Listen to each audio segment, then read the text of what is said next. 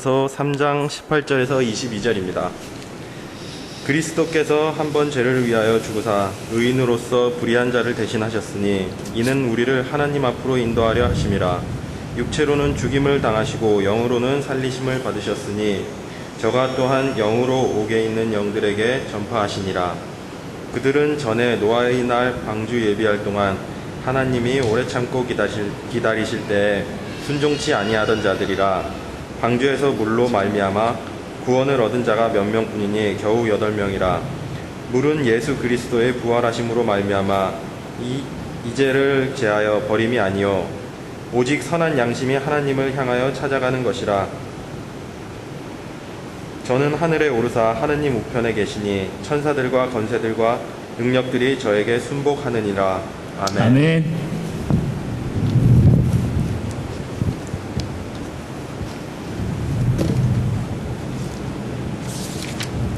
기도하겠습니다. 참 좋으신 하나님 감사합니다.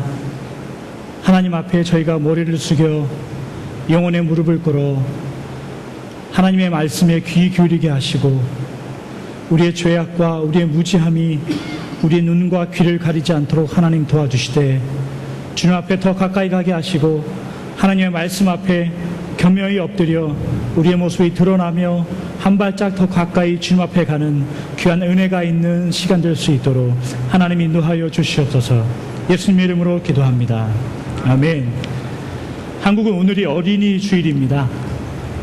어린아이들과 함께 예배 드리기도 하고 어린아이들에게 특별한 선물이나 은혜를 체험하기 위해서 교회에서 수고하는 날입니다. 2007년 지금으로부터 5년 전에 저희 교회에서 5명의 아이들에게 유아 세례를 준 적이 있습니다. 그 중에 3명이 좌샤도 있고 은혜도 있고 근데 마이크도 있죠. 그 아이들이 벌써 5살이 되었는데 제가 그 5 아이들에게 유아 세례를 줄 때 제가 설교를 했더라고요. 근데 제가 설교를 했는데 이 본문을 가지고 설교를 했더라고요. 그래서 5년 후에 다른 아이들에게 유아 세례를 주면서 이 본문을 가지고 또 세례를 하면 또 재미있겠다. 설교를 하면 또 재미있겠다 싶어서 또 같은 본문을 가지고 내용은 좀 다르게 해서 설교를 합니다. 여러분들에게 은혜가 되길 바라고 또 더 은혜스러운 것은 5년 전에 설교를 들었던 분이 많지 않은 게 저에게 참 은혜가 됩니다. 은혜일 수 있겠지만 참 다음 한 5년 후에 유아세례 할 때는 여기 있던 분 그대로 있고 한 2배로 더 늘어나길 바랍니다. 세례라는 것을 우리가 말할 때 세례의 의미는 우리가 하나님과 하나됨, 연합됨을 말합니다. 우리가 하나님과 하나 된다는 거예요. 그래서 로마서 6장 3절에는 이렇게 말합니다. 무릇 그리스도 예수와 합하여 세례를 받은 우리는 그의 죽으심과 합하여 세례 받은 줄을 알지 못하느냐 이렇게 말합니다. 그러니까 세례를 받는다는 것은 우리가 예수님의 그 보혈로 말미암아 하나님께 인치심을 받는다는 거예요. 그러나 다른 말로 하면 우리가 어떻게 살든지 어떠한 상황에 처해 있든지 또 어떠한 지위에 있든지와는 관계없이 하나님의 은혜와 보혈로 합해지고 세례를 받는다는 겁니다. 그게 세례라는 거예요. 그래서 하나님과 하나가 되고 연합하게 되는 것, 그것을 교회와 만천하에 공포하는 것, 그것을 세례라고 합니다. 그래서 세례라는 것은 참 우리의 신앙의 삶 가운데 얼마나 귀중한 순간이고 귀중한 날인지 모릅니다. 그래서 여러분들 이 날을 꼭 기억하셔야 돼요. 여러분들이 언제 세례 받았는지를 잘 기억하고 사셔야 돼요. 사실 저는 잘 기억하지 못합니다. 너무 어렸을 때 세례 받아서 잘 기억나지 않습니다만 그래도 이 세례 받은 날이 여러분들의 신앙의 인생 가운데 굉장히 중요한 날입니다. 그래서 오늘은 이 세례에 대해서 한번 살펴보려고 합니다. 여러분 어떻게 세례 받습니까? 물로 받습니다. 그게 정답입니다. 그러나 물이라는 것은 우리가 세례받을 때 어떻게 세례받는가 한 방법일 뿐이에요. 그죠? 그러나 세례받을 때에 우리가 무슨 근거를 가지고 세례를 받는가를 생각하면 조금 심각해질 필요가 있어요. 왜냐하면 세례 교육을 받고 내가 어느 정도로 의식적으로 준비가 되어서 세례를 받는다고 한다면 그 어느 누구도 세례 받을 준비가 되어 있지 않을 거예요. 왜냐하면 우리의 삶은, 우리의 믿음은 하나님 앞에 하나님께 구원을 받을 만한, 하나님의 자녀로 인치심을 받을 만한 그러한 것들을 찾아보기 힘들어요. 여러분들은 모르겠지만 적어도 저는 찾기 힘듭니다. 그렇기 때문에 세례라는 것을 생각할 때 얼마나 하나님의 도움이 필요한가, 얼마나 전적인 하나님의 은혜가 필요한가를 깨달을 수 있습니다. 그래서 세례라는 것은 어디서 출발해야 되냐면, 저는 아무것도 아닙니다. 하나님의, 예수님의 도움이 필요합니다 라는 고백에서 그 세례가 출발해야 합니다. 디도서 3장 5절을 한번 찾아볼까요? 디도서 3장 5절을 성경을 가지고 계신 분들 한번 찾아보겠습니다. 디도서 3장 5절입니다.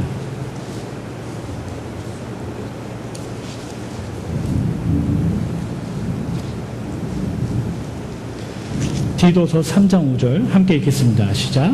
우리를 구원하시되 우리의 행한 바 의로운 행위로 말미암지 아니하고 오직 그의 긍휼하심을 조차 중생의 씻음과 성령의 새롭게 하심으로 하셨나니, 우리의 의로운 행위가 아니라 구원받고 세례받는 것은 하나님의 긍휼하심을 쫓아, 성령 하나님의 새로움을 쫓아 우리에게 세례를 베푼다고 합니다. 어느 가난한 목사님이 있었어요. 차가 그렇게 좋지 않은가 봅니다. 그런데 교회 걱정 이런저런 생각하다 보니까 사거리에서 신호등을 미처 발견하지 못하고 앞에 오는 차와 사고가 났대요. 근데 이 사고가 난 차가 뭐냐면 벤츠래요, 벤츠. 그러니까 이 가난한 목사님이 거의 뭐 한 15년, 20년 된 차를 타고 가다가 벤츠를 들이받은 거예요. 그러니까 이 가지고 있는 차를 다 팔아도 벤츠 수리비가 안 나오는 거예요. 그러니까 이분이, 목사님께서 그분에게, 사실 제가 개척교회 어느 목사인데 제가 다 잘못했습니다. 제가 보험 처리를 해드릴 테니까 걱정하지 마십시오. 몸은 괜찮습니까? 이렇게 염려하고 헤어졌대요. 맨날이 몇 주가 지나도록 이 보험회사도 전화도 안 오고 이 벤츠 운전자로부터도 전화가 안 오는 거예요. 그래서 목사님께서 걱정하고 계신데 편지가 한 통이 왔더래요. 근데 편지의 내용이 뭐냐면, 목사님, 저는 그 벤츠를 운전했던 사람인데 사실은 저도 어느 교회 집사입니다. 그러나 목사님께서 목사님의 잘못을 인정해 주시고 저에게 걱정해 주시고 여러 가지 인사해 주셔서 참으로 감사합니다. 제 차는 제가 알아서 고쳤습니다. 염려하지 마세요. 이러고 그냥 끝난 게 아니라 차를 한 대 사서 보냈대요, 이 목사님한테. 그러니까 차 사고를 낸 이 목사님이 그분에게, 집사님 죄송합니다. 잘못했습니다. 저의 실수입니다. 라고 이야기한 것이 꼭 이 집사님의 은혜를 베풀어야 할 이유는 아니에요. 그잖아요. 이 벤츠를 운전하시는 집사님께서 이 목사님에게 은혜를 베풀어도 되고 그렇지 않아도 돼요. 이 철저하게 고난은 누구한테 있냐면, 죄를 지은 사람이 아니라 죄 지음을 받은 사람, 아니지, 죄를 지은 사람의 문제가 아니라 죄 없는 사람의 권한인 거예요. 세례를 받고 구원을 받고 중생케 되는 그 과정도 마찬가지입니다. 우리가 주님 앞에 회개하고 하나님 앞에 세례 응답을 하고 나의 잘못을 고백하는 것이 하나님과 연합되는 것에 근거가 되는 게 아니란 말이에요. 오늘 본문에 의하면 우리의 잘난 의로운 행동이 아니라 하나님의 의로우심과 성령 하나님의 의로우심으로 우리를 새롭게 하고 거듭나게 하고 하나님과 연합되게 만들었다는 겁니다. 철저하게 하나님의 권한이에요. 다른 말로 하면 철저하게 예수 그리스도의 보혈의 피값이에요. 오늘 본문 베드로전서 3장 18절을 함께 읽도록 하겠습니다. 베드로전서 3장 18절 함께 읽겠습니다. 시작. 그리스도께서 한 번 죄를 위하여 죽으사 의인으로서 불의한 자를 대신하셨으니 이는 우리를 하나님 앞으로 인도하려 하심이라. 육체로는 죽임을 당하시고 영으로는 살리심을 받으셨으니 오직 그리스도의 죽으심과 부활하심 그의 희생하심만, 예수님의 보혈 그것만 우리가 세례받고 하나님과 연합하는데 근거가 되는 거예요. 신앙생활에서 제일 중요한 게 그겁니다. 우리가 예수님의 의지대로, 예수님의 뜻대로, 예수님의 말씀대로 살려고 하는 그 몸부림보다도 더 중요한 것이 예수님의 피값 보혈이라는 거예요. 그래서 세례의 시작은, 세례 교인으로서의 시작은, 세례 받은 사람으로서 여러분들 신앙생활의 시작은 뭐냐면 예수님 저 때문이 아닙니다. 예수님 제가 아니라 예수님 때문입니다. 나의 의로움이 아니라 예수님의 피값 때문에 제가 살아갑니다라는 고백이 늘 있어야 되는 거예요. 그게 신앙생활이에요. 그게 세례를 받은 사람의 신앙생활의 모습인 거예요. 신앙생활하면서 제일 무서운 게 뭐냐면, 고상하게 얘기하면 훈련이지만 아주 나쁘게 얘기하면 습관입니다. 신앙생활할 때 습관이요 굉장히 무서운 거예요. 교회 오는 것, 기도하는 것, 성경 읽는 것, 찬송하는 것 다 습관이 되어버리면 큰일 납니다. 그 안에 예수님 때문에 합니다. 예수님 때문에 찬송하고 예수님 때문에 기도하고 예수님 때문에 교회에 옵니다라는 고백이 반드시 있어야 돼요. 그래서 세례의 시작, 신앙생활의 시작은 예수님 저는 부족합니다. 나의 한계를, 믿음의 한계를 예수님 앞에 철저하게 드리는 것에서부터 시작해야 합니다. 사람들의 한계, 나의 한계를 철저하게 인정해야 돼요. 그래서 오늘 본문의 사도 베드로는 세례 교인으로서 신앙생활할 때 나의 한계를 철저하게 알아라라고 말하기 위해서 노아의 홍수의 시절로 거슬러서 올라갑니다. 오늘 본문 20절, 21절을 함께 읽도록 하겠습니다. 시작. 그들은 전에 노아의 날 방주 예비할 동안 하나님이 오래 참고 기다리실 때에 순종치 아니하던 자들이라. 방주에서 물로 말미암아 구원을 얻은 자가 몇 명뿐이니 겨우 8명이라. 물은 예수 그리스도의 부활하심으로 말미암아 이제 너희를 구원하는 표니 곧 세례라. 육체의 더러운 것을 제하여 버림이 아니요 오직 선한 양심이 하나님을 향하여 찾아가는 것이다. 오늘 본문은 기독교 교회 사상 가장 이해하기 힘든 성경 구절 중에 하나예요. 노아의 홍수 때 있었던 구절. 그러나 오늘 그것을 여러분들과 나누려고 하는 것은 아니고, 오늘 본문의 저자인 사도 베드로가 노아의 홍수와 예수 그리스도를 통하여 세례받는 우리의 세례를 비교해서 설명하고 있다는 거예요. 그걸 여러분들과 나누려고 합니다. 노아의 홍수를 이해하기 위해서는 창세기 6장부터 노아의 홍수가 시작합니다. 그런데 창세기 6장 5절에 보면 이렇게 기록합니다. 여호와께서 사람의 죄악이 세상에 관영함과 그 마음의 생각의 모든 계획이 항상 악할 뿐임을 보시고, 이렇게 표현하고 있어요. 그러니까 노아의 홍수가 시작된 원인이 뭐냐면 하나님께서 창조하신 사람, 이 세상이 너무나 악하기 때문이에요. 관영했다는 표현, 제가 성경 공부 때 말씀드렸잖아요. 관영했다는 표현은 물컵에 물이 꽉 차 있어서 물 한 방울만 똑 더 떨어지면 물이 와르르 넘치는 상황, 그 상태로 꽉 차 있는 게 관영했다는 표현이에요. 노아 홍수의 시절에 사람들의 죄악이 그만큼 꽉 찼다는 거예요. 그만큼 들어찼다는 거예요. 그런 사람들에게 있어서 물, 홍수라는 건 심판입니다. 저주입니다. 이처럼 노아 홍수에 있어서 홍수는, 물은 심판이고 저주인데, 이런 심판과 저주 속에 이 물이 오히려 축복이 되고 구원이 됐던 사람들이 있어요. 그 누구입니까? 노아와 노아의 가족들입니다. 세상 모든 사람들이 그 물로 심판받을 때에 그 물로 인해서 구원받은 사람들이 있어요. 그게 노아와 노아의 식구들입니다. 노아에게 있어서 이 물은 뭐냐면 구원이에요. 노아에게 있어서 이 물은 뭐냐면 하나님으로부터 불려가는 것이고 세상으로부터의 분리를 말하는 거예요. 세상과 내가 분리되는 기준이 이 물인 거예요. 그래서 노아의 홍수 이후에 아무래도 이 노아 할아버지는 비만 오면은 무슨 생각했을까요? 마치 청개구리가 비만 오면 꽥꽥 울듯이 이 노아 할아버지도 분명히 비만 오면 하나님이 또 무슨 일을 행하시려나 이런 생각을 하실 수도 있어요. 아니면 비만 오면 자신도 그토록 저질렀던 그 죄악을 회개하는 시간을 가질지도 몰라요. 그만큼 이 물, 홍수라는 게 굉장히 중요한 의미를 갖고 있습니다.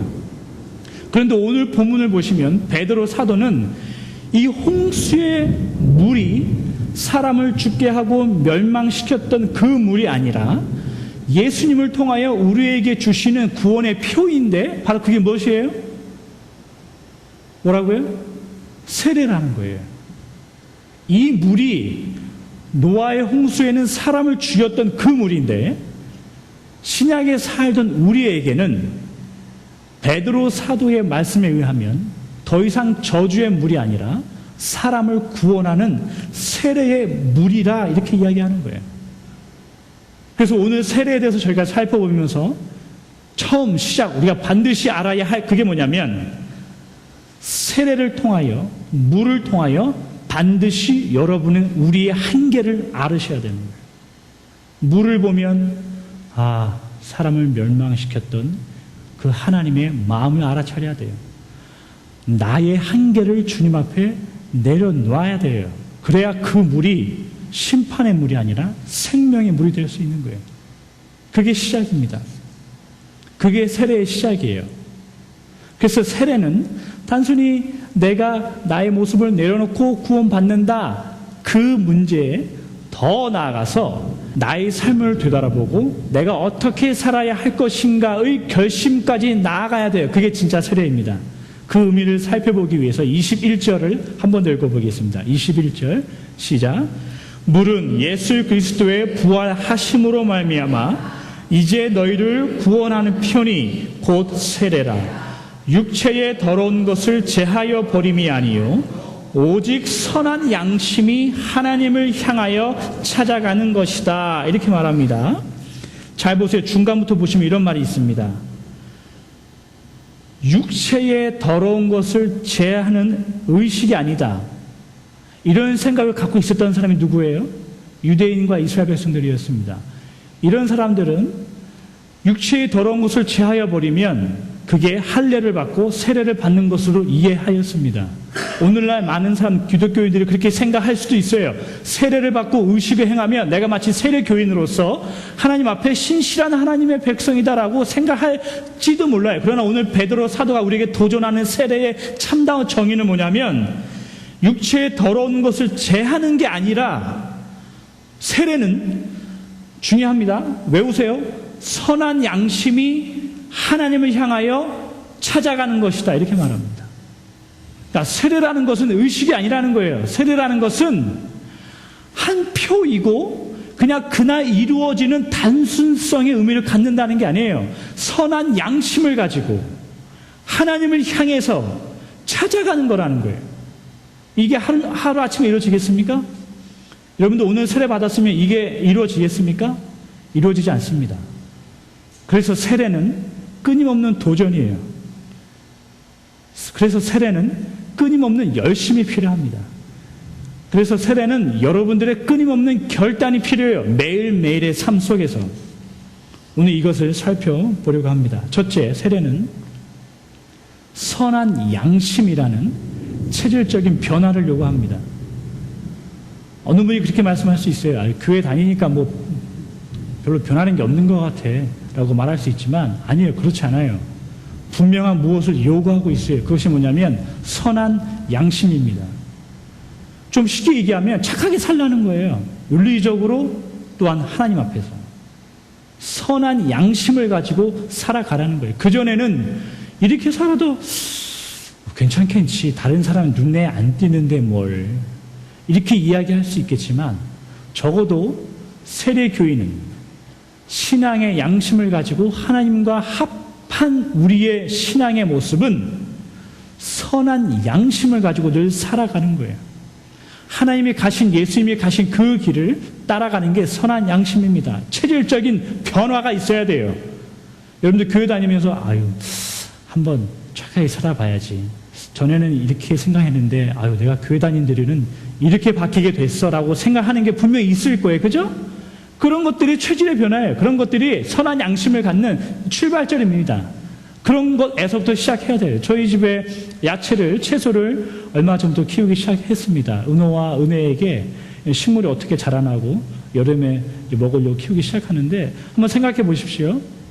한 줌에 씨앗이 있습니다. 마켓에서 파는 씨앗이 있어요.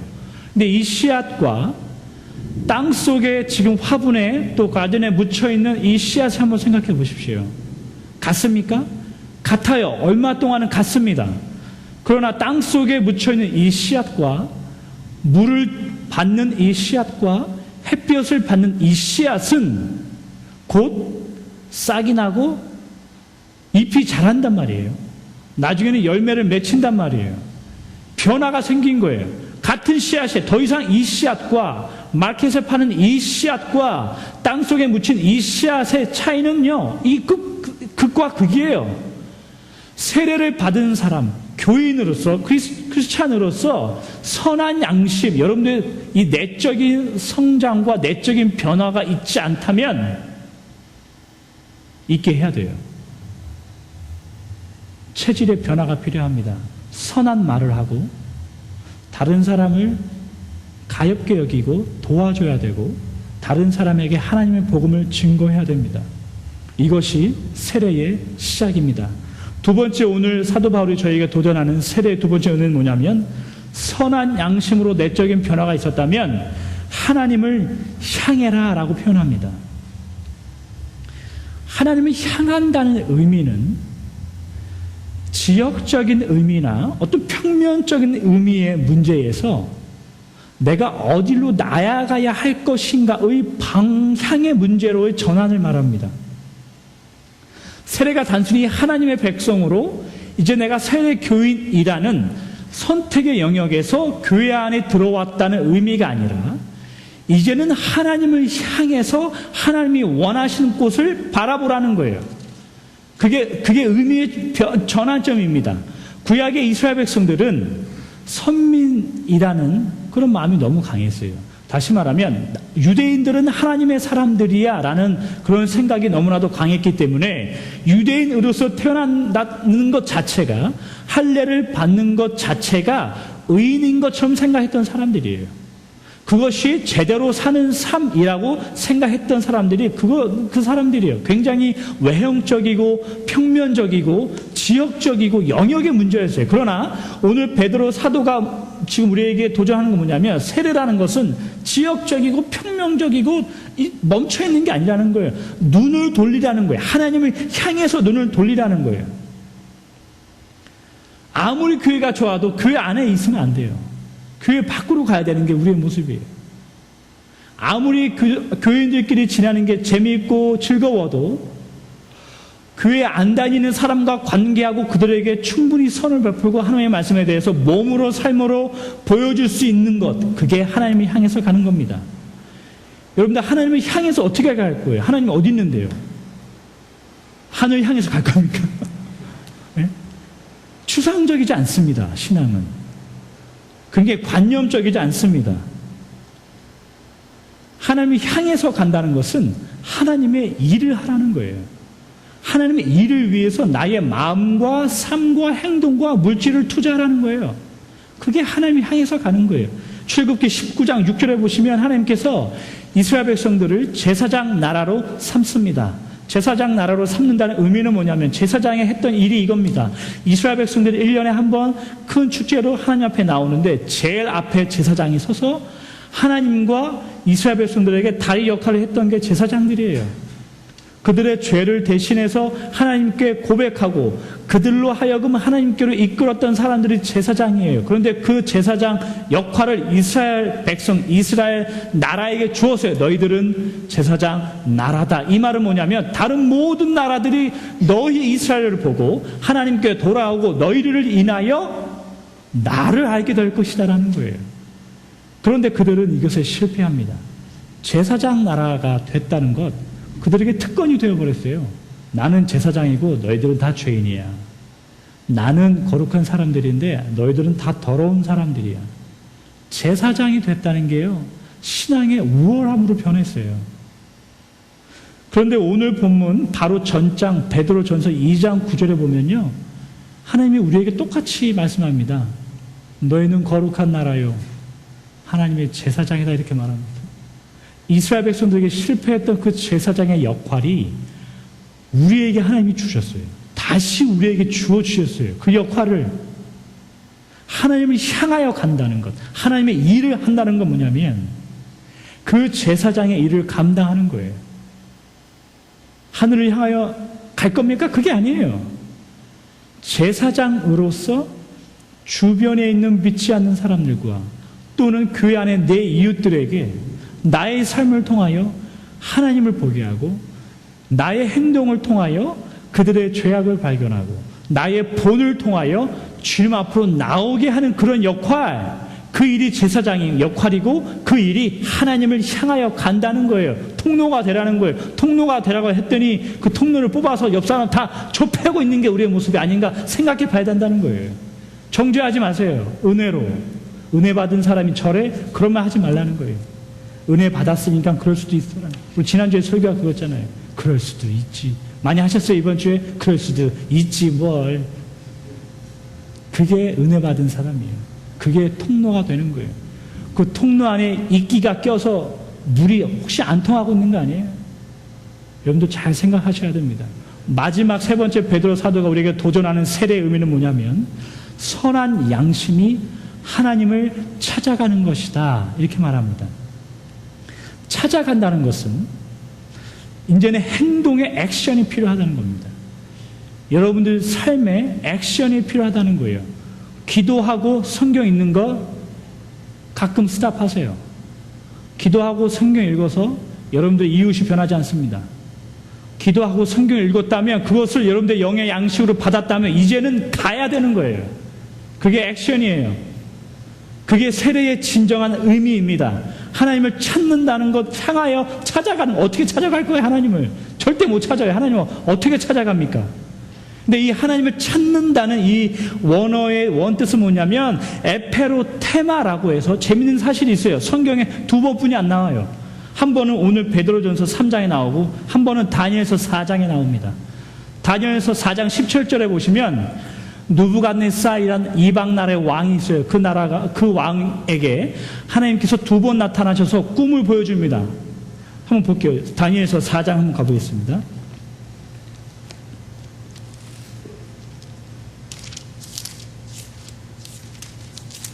다니엘서 4장 17절 보겠습니다. 다니엘서 4장 17절, 구약성경 제 성경으로는 1238페이지입니다. 함께 읽겠습니다. 시작. 이는 순찰자들의 명령대로요 거룩한 자들의 말대로니 곧 인생으로 지극히 높으신 자가 인간 나라를 다스리며 자기의 뜻대로 그것을 누구에게든지 주시며 또 지극히 천한 자로 그 위에 세우실지를 알게 하려 함이니라 하였느니라. 17절에 보니까 거룩한 자들의 말대로니 이런 표현이 있어요. 그죠? 리스판스 하는 거예요. 말은 이게 지금 에페로텐이에요. 베드로전서의 베드로 사도가 하나님을 찾아간다, 찾아가는 의미가 여기 보니까 말하는 것이다라고 똑같이 말하고 있어요. 이 말 뜻이 뭐냐면 13절, 14절 한번 보십시오. 다니엘서 4장 13, 14절 보시면 내가 느부갓네살 왕이 침상에서 뇌 속으로 받은 이상 가운데 본즉 한 순찰자, 한 거룩한 자가 하늘에서 내려왔는데 그가 소리질러 외치며 이르기를, 이렇게 있어요. 소리질러 외치며 느부갓네살에게 말하고 있는 이 표현이 찾아간다는 말이에요. 다시 베드로전서 3장에 오시면 이 찾아간다는 말, 이 말을 세번역 한국어 성경에는 응답하는 것, 응답하다라고 표현하고 있지만 일상적인 대화 가운데 밥 먹었어?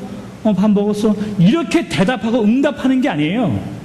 지금 하나님의 사자가 느부갓네살에게 내려와서 큰 소리로 말하고 요구하고 요청하고 있는, 그게 응답한다는, 찾아간다는 의미예요.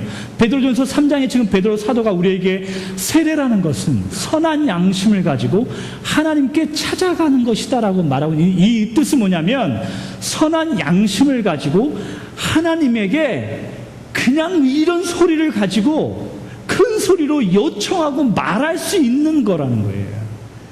그게 세례받은 사람의 할 수 있는 권한이고 할 수 있는 행동이라는 거예요. 다시 말하면 세례받은 우리의 모습은 하나님과 우리의 관계가 종과 주인의 모습이 아니라 아버지와 자녀의 모습인 거예요. 은혜와 은혜가 저에게 땡깡 부리며 많은 것을 요구하고 투정 부릴 수 있는 것처럼 우리가 하나님 앞에 땡깡 부리고 투정 부릴 수 있다는 것, 그게 찾아간다는 의미입니다. 선한 마음을 가지고 하나님을 향해서 땡깡 부리고 찾아갈 수 있는 것, 그게 얼마나 친밀한 관계예요. 그게 얼마나 은혜스러운 관계입니까? 그게 얼마나 친밀한 릴레이션십이에요. 그게 세례받는다는 의미입니다. 그게 세례받은 사람으로서의 삶의 모습입니다. 말씀을 정리합니다. 세례를 받았다는 우리의 삶, 시작은, 출발은 철저하게 하나님의 도우심이 필요합니다. 하나님 앞에 낮아져야 합니다. 그리고 우리의 삶에 내적인 변화가 있어야 됩니다. 체질적인 변화가 있어야 됩니다. 그렇다면 더 이상 교회 안에 머무르는 게 아니라요, 내 신앙 안에 머무르는 게 아니에요. 내가 하고 싶은 것만 하는 게 아니라 하나님을 향하여 하나님의 일을 감당하는 거예요. 또 그 속에서 하나님과의 관계 안에서 내가 자신 있게 하나님 앞에 투정 부를 수 있는 관계가 되는, 내가 자신 있게 하나님 앞에 요청하고 하나님과 교제하고 만날 수 있는 신분 상승, 그게 세례입니다. 세례는 의식이 아닙니다. 세례는 단순히 여러분들 세례증 받아가는 게 아닙니다. 여러분들의 낮아짐과 변화와 하나님을 찾아가는 그 요청이 필요합니다. 기도하겠습니다.